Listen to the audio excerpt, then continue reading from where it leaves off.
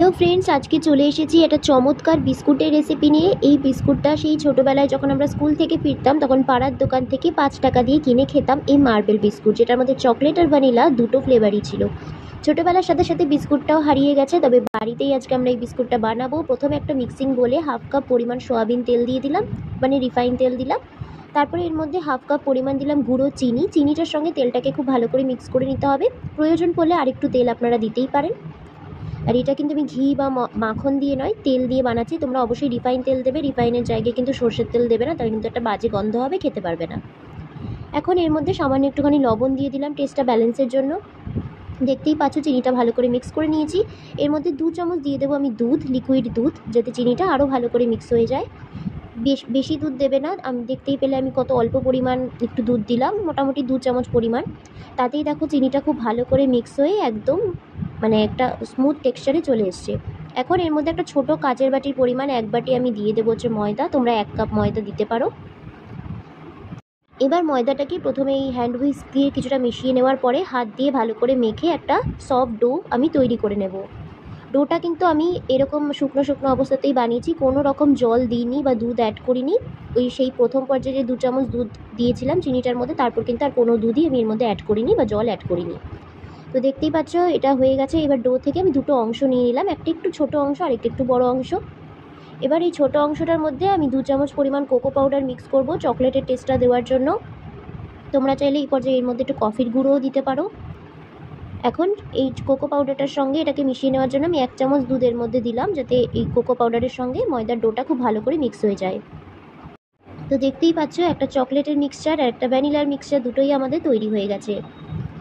এখন আমরা বিস্কুটটা বানানোর প্রসেসে যাব। প্রথমেই যে সাদা ডোটা মানে ভ্যানিলার ডোটা রয়েছে সেটাকে আমি একটু হাত দিয়ে এরকম ভালো করে ছড়িয়ে নেওয়ার পরে একটা বেলন দিয়ে এটাকে কিন্তু রুটির মতো করে বেলে নিচ্ছি। খুব পাতলা বেলবো না, মোটামুটি একটুখানি বেলে নিলেই হবে। দেখতেই পাচ্ছ খুব পাতলা করে কিন্তু আমি এটা বেলিনি। এখন এটার মাঝ বরাবর এই চকলেটের ডোটাও রেখে দিলাম এবং এটাকেও একই রকমভাবে বেলে নেব। এই কাজটা কিন্তু একটু ধৈর্য নিয়ে করবে, সাবধানে করবে।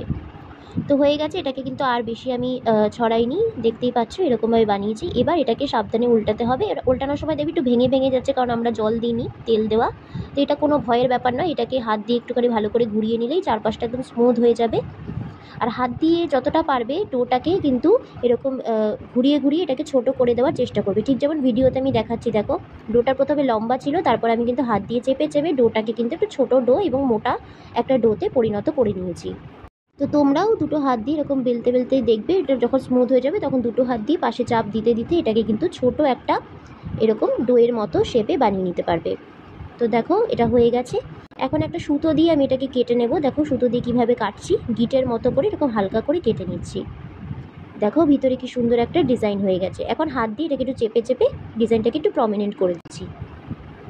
এইভাবে আমি ডোটা থেকে এইরকম ছোট ছোট অংশ কেটে নেব। তারপরে হাত দিয়ে চেপে চেপে এটাকে একটু স্মুথ করে দেব। খুব বেশি পাতলা করবে না, জাস্ট এই যে ডিজাইনটা যে একটুখানি রয়েছে সেটাকে হাত দিয়ে একটুখানি স্মুথ করে নিতে হবে। হয়ে গেল। এখন একটা অয়েল গ্রিস করা থালার মধ্যে এটাকে আমি রেখে দেবো। থালাটাকে তেল দিয়ে মাখিয়ে নিয়েছিলাম, একটা কাগজ দিয়ে সেটাকেও তেল দিয়ে মাখিয়ে নিয়ে তার উপরে বিস্কুটগুলো রেখেছি, যাতে বিস্কুটটা খুব সহজে বেক হয়ে যায়। এবার কড়াইয়ের মধ্যে এটাকে রেখে ঢাকা দিয়ে প্রথম 10 মিনিট মিডিয়াম ফ্লেমে, পরের 20 মিনিট লো ফ্লেমে এটাকে বেক করলে কিন্তু হয়ে যাবে। তোমাদের কিন্তু আরও বেশি বা কম সময় লাগতে পারে, কারণ তাপমাত্রা সব জায়গায় এক নয়। তো দেখো বিস্কুটটা হয়ে গেছে। তো বিস্কুটটা যখন 20 মিনিট পর হয়ে যাবে সেটাকে নামিয়ে 10 মিনিট কিন্তু ফ্যানের তলায় রাখতে হবে, তাহলেই কিন্তু একদম দোকানের মতো শক্ত বিস্কুট তৈরি হবে। আর যদি নামানোর সাথে সাথে বিস্কুটটাকে তুলতে যায় তাহলে কিন্তু বিস্কুটটা ভেঙে যাবে, কারণ নামানোর পর্যায়ে বিস্কুটটা কিন্তু খুবই নরম থাকে। 10 মিনিট হাওয়ায় রাখলেই এটা তৈরি হয়ে যাবে। এবার চা দিয়ে বা বাচ্চাদের টিফিনে এই বিস্কুটটা দিতে পারো, খেতে কিন্তু দারুণ সুন্দর হয়েছে। আর এরকম সুন্দর সুন্দর ভিডিও পাওয়ার জন্য আমার চ্যানেলটা সাবস্ক্রাইব করে দিতে হবে। ফিরে আসবো পরের ভিডিওতে। টাটা।